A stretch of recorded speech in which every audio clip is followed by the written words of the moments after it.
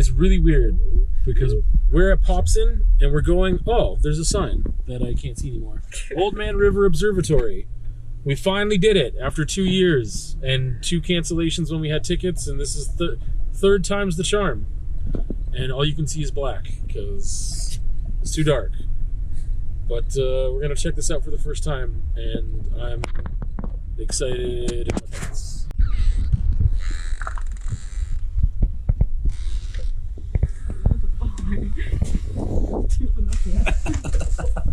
don't.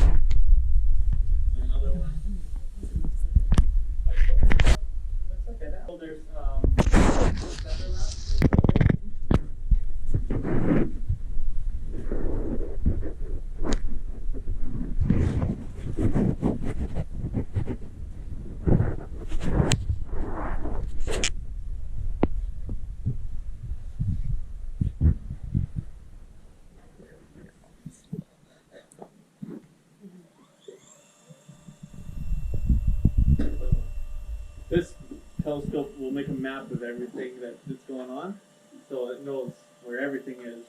So it's polar aligned, and it hasn't moved in 30 years, so it will, as this thing goes all the way down to bedrock, so it ain't moving. What's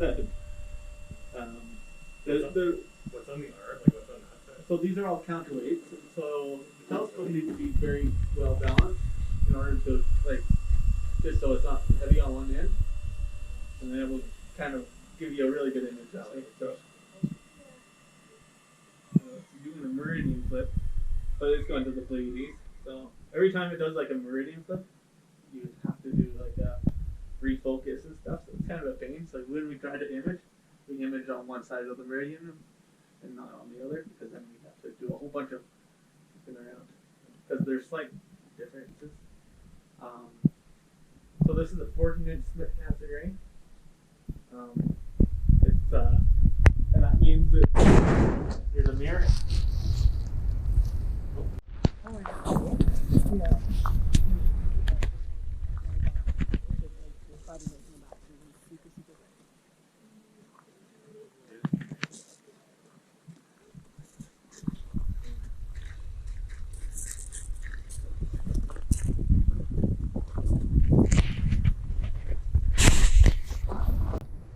So I wanted to show you some of the work in the gallery right now because it is new stuff. Exhibition, reception, opening night just happened yesterday, and it is called On the Thresholds of Time.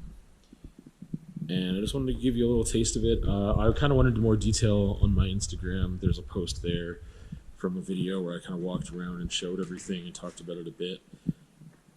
But I'm super pumped to have these works in the gallery, and I get to see them multiple times a week. There's an artist statement over here that kind of talks about stuff. Well, there's this too. So collages, there's 9 of them. There's this from the curator, but I would focus on this part up here. But they're pretty cool. I don't want to go into a lot of detail about them. This, I think, is probably my favorite of all of them. But they all have a really nice, beautiful aesthetic. They fit well together. Cohesive body of work, as I just keep dropping buzzwords, I guess. Yeah. I really like the method of hanging too with the magnets. It seems to fit very well with kind of like the technological aspects that are going on in some of these realities that are imagined, for somewhat imagined anyway. Again, it's kind of in that curator statement. I should have said curator statement, not artist statement. But yeah, these are the works.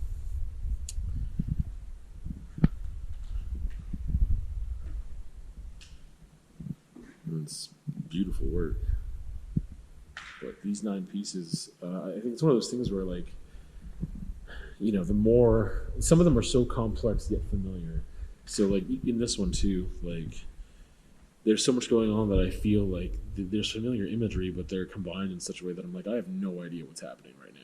And I kind of felt that way about this too, that it's like so familiar, but it's complex, and I'm like, what is this? Like, what's happening? Like, I don't know, you know, what I'm looking at. Like, there's things that I know, and there's other things like I don't know. There's like the writing that's there, and it's just one of those things where, like, the longer you look at it, you see more and more and more, and that's what I really love. These images are familiar but complex, and it's an interesting balance because you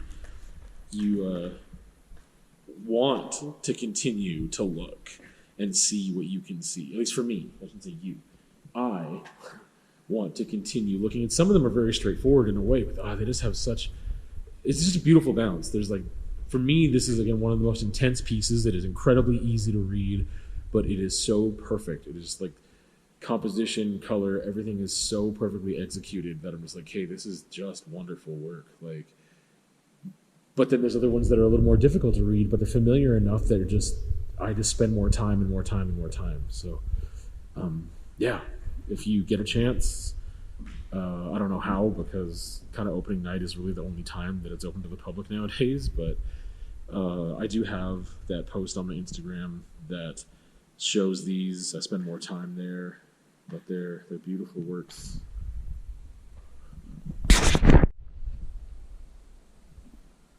So I was editing the vlog and I realized that I never talked about the observatory experience.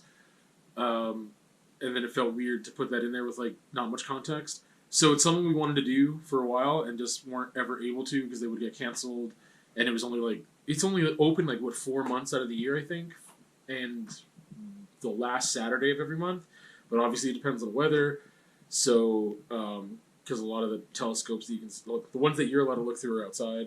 But yeah, we didn't know how anything worked. Like, it was kind of cool, but there was just not any information about what the public observing nights looked like. And so I think that would be the thing that I would like, yeah. That's just like, you don't know what you're getting into if you've never gone before. And I've gone like once at the U of S in their observatory, and it was really cool. It was very different. And this was like, you walk in a door and you're like, what? I'm going in the house? Which door? There's more than one door. People are walking in all over the place. And you're like watching YouTube videos for the first while, which we weren't expecting. And then it's like, oh yeah, if you want to go outside, there's people outside. Like, it was just so, like, there's just no direction or communication about what the night would look like or what you could do. And so there's some telescopes outside on the deck. And there's several people around to help, but you don't know who they are. Because there's a lot of people there that you don't know. And some of them are people that you know, are running the observatory's night from the, Astronomers Society. But then, yeah, you can go down to the dome observatory thing, but you can't look through that telescope. So they take pictures, and then they, like, display those pictures from, like, the night before or the week before or whatever in what they call the warm room. And they talk about it, and then you can go and look. And so I have some footage of where he's explaining the big telescope to us and that kind of room, but you can't look through it or touch it or anything. So, yeah, it was cool. I don't think I'd go back unless it was like to take children's there, which wouldn't happen for a while just because it's like it doesn't start till like 7:30 at night. But yeah, I wouldn't go again for my own purposes. But yeah, that was the observatory thing. I just like didn't explain it at all. It was just like a lot of like random lost footage weirdness going on with all the cuts, but that's the observatory thing. Just capping off the vlog, doing a little outro here. The only other video this week is a conversation on do or die and primal anxiety, and yeah, something I just did more learning about myself and my anxiety this past few weeks, so there's that. I don't really have a lot to report right now. It's plus 15, and 2 weeks ago it was like minus 40, so that's cool. That's Lethbridge, I guess. That's this year. That's a lot of things. I definitely feel like my anxiety has calmed down a little bit more, because the environment and the circumstances, and also my ability to, I don't know, it's like I was able to learn more sometimes in that, part of this is in the conversation, have like this extremeness that was like either you do something about this to make yourself not feel as anxious or you die. But then also like things have calmed down enough, and part of it was because I needed to do something, and part of it is just that the external factors aren't as much, and I'm also dealing with them differently. So that feels better, and hopefully I can just continue to work on things and move forward and just have more patience and understanding of myself too, and figure things out. So yeah, I'm